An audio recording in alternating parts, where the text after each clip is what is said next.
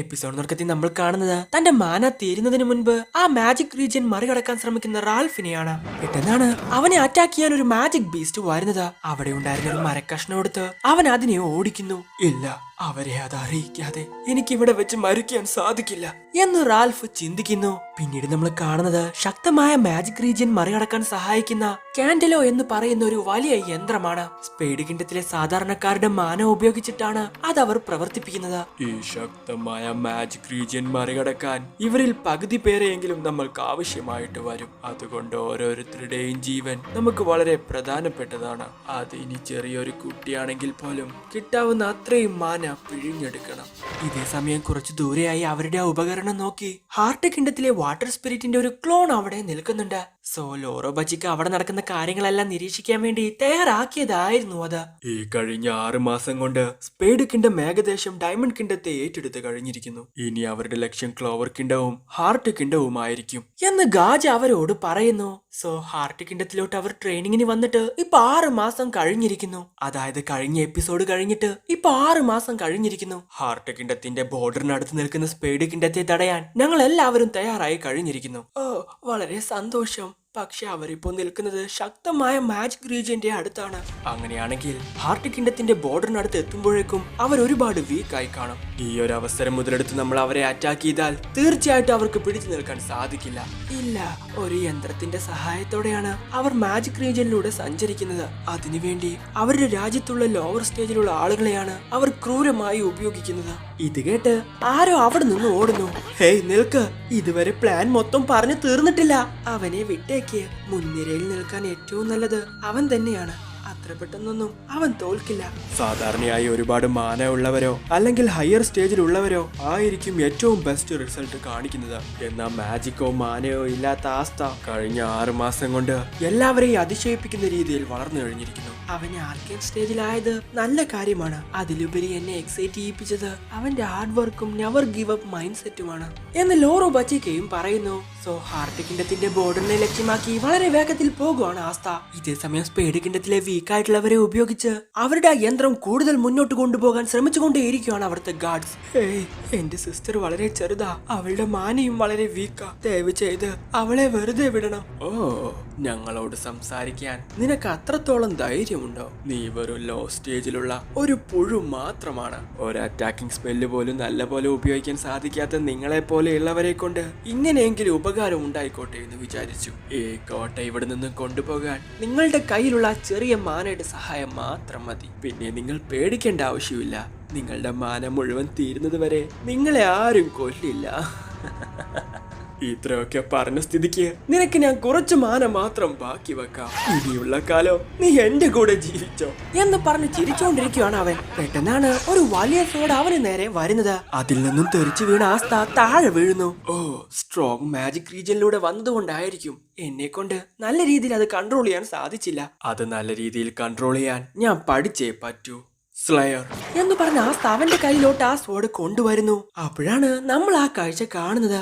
ഇന്നലെ വരെ നമ്മൾ കണ്ട ആസ്തയല്ല അത്. കഴിഞ്ഞ 6 മാസത്തെ ഹാർഡ് വർക്കും ട്രെയിനിങ്ങും കാരണം ആസ്തയുടെ രൂപം ഒരുപാട് മാറിയിരിക്കുന്നു. ഇത്ര പെട്ടെന്ന് ഇവൻ എങ്ങനെയാ മാറിയെന്ന് നിങ്ങൾ ചിന്തിക്കുന്നുണ്ടെങ്കിൽ ആസ്ത മാജിക് നൈറ്റിൽ ജോയിൻ ചെയ്തിട്ട് വെറും 1.5 വർഷം മാത്രമേ ആയിട്ടുള്ളൂ. അതിലൊരു വർഷമാണ് കഴിഞ്ഞ 3 സീസണിൽ നമ്മൾ കണ്ടത്. സോ നമ്മൾ കാണാത്ത 6 മാസം കൊണ്ട് ഇത്രയും വളർന്ന ആസ്തയെ കണ്ട് അത്ര അത്ഭുതപ്പെടേണ്ട ആവശ്യമില്ല.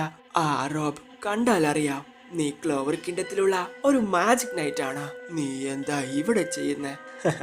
അവനെ നോക്ക്, അവന്റെ കയ്യിൽ ഒരു തരി മാന പോലുമില്ല. നീ എന്തിനാണ് ഇങ്ങോട്ട് വന്നതെന്ന് എനിക്കറിയില്ല. പക്ഷേ ജീവനോടെ നീ തിരിച്ചു പോകില്ല. ഒരു നിമിഷം കൊണ്ട് നിന്നെ ഇല്ലാതാക്കുന്നത് എങ്ങനെയാണെന്ന് ഞാൻ നിനക്ക് കാണിച്ചു തരാം എന്ന് പറഞ്ഞ് അവൻ ആസ്തയെ അറ്റാക്ക് ചെയ്യാൻ ശ്രമിക്കുന്നു. പെട്ടെന്നാണ് തന്റെ സോഡ് ഉപയോഗിച്ച് ആസ്ത അവനെ ഒറ്റയാടി അങ്ങ് അടിക്കുന്നത്. തെറിച്ചുപോയ അവന്റെ ചട്ടിയും കലവും എല്ലാം പൊട്ടുന്നു. നിങ്ങൾ ഇവിടെ എത്ര പേരുണ്ടെന്ന് എനിക്കറിയില്ല, പക്ഷെ ഒരു സെക്കൻഡ് കൊണ്ട് ഞാൻ നിങ്ങളെ ഇല്ലാതാക്കുന്നത് എങ്ങനെയാണെന്ന് ഞാൻ നിങ്ങൾക്ക് കാണിച്ചു തരാം എന്ന് പറഞ്ഞ് അവിടെ ഉണ്ടായിരുന്ന 2 പേരെയും ആസ്ത അടിച്ച് താഴെയിടുന്നു. ഇത് കണ്ട് ഒന്നും മനസ്സിലാവാതെ നിൽക്കുന്ന ജനങ്ങൾക്ക് ആസ്ത തന്നെ പരിചയപ്പെടുത്തി കൊടുക്കുന്നു. ഇല്ല, ഞങ്ങൾ ഒരിക്കലും ഇവിടെ നിന്നും രക്ഷപ്പെടില്ല. ഇനി ഇവരുടെ കയ്യിൽ നിന്നും ഞങ്ങളെ രക്ഷപ്പെടുത്തിയാലും ഈ സ്ട്രോങ് മാജിക് റീജിയനിൽ നിന്നും രക്ഷപ്പെടാൻ ഞങ്ങളെ കൊണ്ട് സാധിക്കില്ല. ഇങ്ങനെയൊക്കെ സംഭവിക്കാൻ എന്താണ് കാരണമെന്ന് എനിക്കറിയില്ല. ഞങ്ങൾക്ക് ഈ യുദ്ധം വേണ്ട. എന്നാൽ ലേഡി കരഞ്ഞുകൊണ്ട് പറയുന്നു, ഈ കോട്ട കൺട്രോൾ ചെയ്യുന്ന ക്യാപ്റ്റന് വളരെ ശക്തമായ ഒരു മാജിക് ഉണ്ട്. അതിൽ നിന്നും രക്ഷപ്പെടാൻ ആരെക്കൊണ്ടും സാധിക്കില്ല. ഓ, അങ്ങനെയാണെങ്കിൽ അതെനിക്കൊന്ന് കാണണം. എല്ലാത്തിനെയും അടിച്ച് പപ്പടമാക്കുന്നത് ഞാൻ അവർക്ക് കാണിച്ചു കൊടുക്കാം. ഹേയ് വേണ്ട, ഇവിടെ എത്ര സോൾജേഴ്സ് ഉണ്ടെന്ന് നിനക്കറിയില്ല. എന്നാൽ ലേഡി പറഞ്ഞു തീർന്നതും വേറെയും സോൾജേഴ്സ് അവനെ അറ്റാക്ക് ചെയ്യാൻ വേണ്ടി വരുന്നു. ഡീമൺ ഡല്ലർ, ബ്ലാക്ക് ഫ്ലാഷ് എന്ന് പറഞ്ഞ 3 പേരെയും അടിച്ച് താഴെ ഇടുവാണ് ആസ്ത. ഓ, അപ്പൊ മുകളിലാണ് എന്ന് പറഞ്ഞ അവൻ മുകളിലോട്ട് പോകുന്നു. അവിടെയുള്ള സോൾജേഴ്സിനെയും സെക്കൻഡുകൾക്കുള്ളിൽ അവൻ അടിച്ച് താഴെ ഇടുന്നു. ആരടാ ഇവൻ? കഴിഞ്ഞിട്ടില്ല, ഇനിയുമുണ്ട് എന്ന് പറഞ്ഞ ആസ്ത മറ്റൊരു റൂമിലോട്ട് പോകുന്നു. നിന്റെ കയ്യിലും ഒരു ഡബിൾ പവർ ഉണ്ടെന്ന് തോന്നുന്നു. അതുകൊണ്ടാണ് നീ ഇത് ചെയ്തത്. താഴെ നീ കണ്ട ലോവർ സ്റ്റേജിലുള്ള വൃത്തികെട്ടവർക്ക് ഈ രാജ്യത്തിന് വേണ്ടി ചെയ്യാൻ സാധിക്കുന്നത് മാത്രമാണ് അവർ ചെയ്യുന്നത്. ഇല്ല, അവരൊന്നും വൃത്തികെട്ടവരല്ല. എന്റെ ബോഡി, ഒരു തരി മാന പോലും ഇല്ലാത്ത നിന്റെ അടുത്ത് എങ്ങനെയാണ് ഡബിൾ പവർ വന്നതെന്ന് എനിക്ക് അറിയില്ല. പക്ഷെ എന്നെ പോലെയുള്ള ഒരു ഹയർ മാജിന് മുമ്പിൽ പിടിച്ചു നിൽക്കാൻ നിന്നെ കൊണ്ട് സാധിക്കില്ല. പോയിസൺ ക്രിയേഷൻ മാജിക്, ബാസിലാക്സ് ബ്രീത്ത്, ഒന്നിനും കൊള്ളാത്ത നിന്നെ ഇതിന്റെ ഭക്ഷണം പോലും ആക്കാൻ സാധിക്കില്ല എന്ന് അവൻ ആസ്തയോട് പറയുന്നു. ഇത് കേട്ട ആസ്ത തന്റെ ഡീമൺ ഡിസ്ട്രോയ്സോട് ഉപയോഗിച്ച് ആ പോയിസൺ വലിച്ചെടുക്കുന്നു. ഇത് കണ്ട് ഒന്നും മനസ്സിലാവാതെ അന്തം വിട്ട് നിൽക്കുവാണ് ആ മൊട്ടത്തലയൻ. ഇല്ല, നിന്നെ പോലെ ഒരു വേസ്റ്റിന് എങ്ങനെയാ ഇത്രയും പവർ ഉണ്ടാകുന്നത്? നിന്റെ കയ്യിലും ഒരു പക്ഷെ ഡബിൾ പവർ ഉണ്ടായിരിക്കാം. പക്ഷെ എന്റെ കയ്യിലുള്ളതിന്റെ ഒരു ചെറിയ കഷ്ണം മാത്രമേ നിന്റെ കയ്യിലുള്ളൂ. നിന്റെ രാജ്യത്തിന്റെ ഫ്യൂച്ചറിന് വേണ്ടി ഇവിടെയുള്ള ആളുകളെ നീ കൊല്ലാൻ ശ്രമിക്കുന്നു. ഞാനിവിടെ ജീവിച്ചിരിക്കുമ്പോ ഞാൻ അതിന് സമ്മതിക്കില്ല എന്ന് പറഞ്ഞ അവനെ ഒറ്റ അടി അടിക്കുകയാണ് ആസ്ത. ഇത് കണ്ട് ആസ്തയുടെ അകത്തുള്ള ഡെവിൾ ചിരിച്ചുകൊണ്ടിരിക്കുന്നു. ഹേയ്, ഏറ്റവും ശക്തനായ ഇയാളെ ഞാൻ തോൽപ്പിച്ചു കഴിഞ്ഞിരിക്കുന്നു. നിങ്ങൾ ഇനി പേടിക്കേണ്ട ആവശ്യമില്ല എന്ന് ആസ്ത അവരോട് പറയുന്നു. അപ്പോഴാണ് നോയലും മറ്റുള്ളവരും അങ്ങോട്ട് വരുന്നത്. സോ ശക്തമായ ഒരു മാജിക് റീജിയനിലൂടെ കടന്നു പോകുമ്പോൾ ട്രാൻസ്പോർട്ട് സ്പെൽ ഉപയോഗിക്കുന്നത് വളരെ ബുദ്ധിമുട്ടായതുകൊണ്ട് നോയൽ അത് പെട്ടെന്ന് റിലീസ് ചെയ്യുന്നു. ആ വെള്ളത്തിൽ മുങ്ങി ആസ്തയും ഫിൻഡ്രലും താഴെ വീഴുന്നു. ഹേയ് നോയൽ, നീ എന്ത് പണിയാ കാണിച്ചേ എന്ന് പറഞ്ഞ് എഴുന്നേക്കുവാണ് ആസ്ത. എന്നാൽ അവരുടെ രണ്ടുപേരുടെയും കൂടെ വന്ന ഫിൻഡ്രൽ എക്സൈറ്റ്മെന്റ് കാരണം അനങ്ങാൻ പറ്റാതെ നിൽക്കുവാണ്. ഇല്ല, എനിക്ക് എക്സൈറ്റ്മെന്റ് ഒന്നുമില്ല. മിസ് ഫിനിക്സിനെ ആലോചിക്കുമ്പോഴാ എനിക്ക് excitement. Plant recovery magic, princess healing flower paradise എന്ന് പറഞ്ഞ അവിടെയുള്ളവരെ ഹീൽ ചെയ്യുവാണ് മിമോസ. ഇത് കണ്ട ജനങ്ങൾക്കെല്ലാം സന്തോഷമാകുന്നുണ്ടെങ്കിലും പെട്ടെന്ന് തന്നെ ആ ചിരി മായുന്നു. ഇല്ല, ഞങ്ങളുടെ ജീവൻ മാത്രമേ രക്ഷപ്പെട്ടിട്ടുള്ളൂ, ജീവിതം രക്ഷപ്പെട്ടിട്ടില്ല. ഞങ്ങളുടെ ടൗൺ ഒരു ദിവസം രാത്രി ഒരു മുന്നറിയിപ്പും ഇല്ലാതെ ആ ആർമി പെട്ടെന്ന് പ്രത്യക്ഷപ്പെട്ടു. അവരെ ധിക്കരിക്കുന്ന എല്ലാവരെയും അവിടെ വെച്ച് തന്നെ അവർ കൊന്നു. ഇനിയും ഞങ്ങൾ അങ്ങോട്ട് പോയാൽ ഇവിടെ നിന്ന് രക്ഷപ്പെട്ടതിന് എല്ലാവരെയും അവർ കൊല്ലും. ഓ, അതിനെക്കുറിച്ച് നിങ്ങൾ ആലോചിച്ച് പേടിക്കേണ്ട ആവശ്യമില്ല. ഞങ്ങളുടെ ഫ്രണ്ട്സ് ഇതിനോടകം തന്നെ അതിനൊരു തീരുമാനം ഉണ്ടാക്കി കാണും എന്ന് നോയൽ അവരോട് പറയുന്നു. സോ ആസ്ത ഹാർട്ട് കിണ്ടത്തിന്റെ ബോർഡിനടുത്തോട്ട് വരുന്ന സമയത്ത് അവന്റെ കൂടെ പോകാൻ ശ്രമിക്കുന്ന മറ്റുള്ളവരെ ലോറോ ബച്ചിക തടയുന്നുണ്ട്. ഇല്ല ലിയോ, ലക്ക്, നിങ്ങൾക്ക് മറ്റൊരു മിഷൻ ഉണ്ട്. സ്പേഡ് കിണ്ടത്തിന്റെ പുറത്തുള്ള താവളം ടേക്ക് ഓവർ ചെയ്യാനുള്ള ഏറ്റവും നല്ല അവസരമാണിത്. നോയൽ, മിമോസ, ഫിൻഡ്രൽ, നിങ്ങൾ 3 പേരും ആസ്തയ്ക്ക് ഒരു ബാക്കപ്പ് ആയി പോകണം. ഇത്രയും കാലം നിങ്ങളെടുത്ത ഈ ട്രെയിനിങ് കൊണ്ട് തീർച്ചയായിട്ടും അത് നിങ്ങളെ കൊണ്ട് സാധിക്കും എന്ന് ലോറോ ബച്ചിക അവരോട് പറയുന്നു. പിന്നീട് നമ്മൾ കാണുന്നത് സ്പേഡ് കിണ്ടത്തിന്റെ ആ ബേസ് അറ്റാക്ക് ചെയ്യുന്ന ലിയോയെയും ലക്കിനെയുമാണ്. പ്രതീക്ഷിക്കാതെ കിട്ടിയ ഒരു അറ്റാക്ക് കാരണം അവിടെ ഉണ്ടായിരുന്ന ആർമിക്ക് ലക്കിനെതിരെ പിടിച്ചു നിൽക്കാൻ സാധിക്കുന്നില്ല.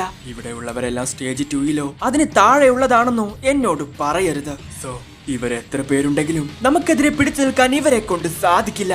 ഫ്ലെയിം മാജിക്, പ്രൊപ്പേർഡ് ഫയറൽ ഫ്ലെയിംസ് എന്ന് പറഞ്ഞ ബേസ് തന്നെ അങ്ങ് കത്തിച്ച് കളയുവാണ് ലിയോ. ഇത്ര പെട്ടെന്ന് നമ്മൾ അവരെ തോൽപ്പിച്ചോ എന്നവർ പരസ്പരം ചോദിക്കുന്ന സമയത്താണ് ആസ്ത അവർക്ക് വിളിക്കുന്നത്. പെട്ടെന്ന് തന്നെ തങ്ങളുടെ മിഷൻ കംപ്ലീറ്റ് ചെയ്തു എന്ന് ലിയോ ആസ്തയോട് പറയുന്നു. ഓ ലിയോ, നീ ശരിക്കും അമേസിംഗ്.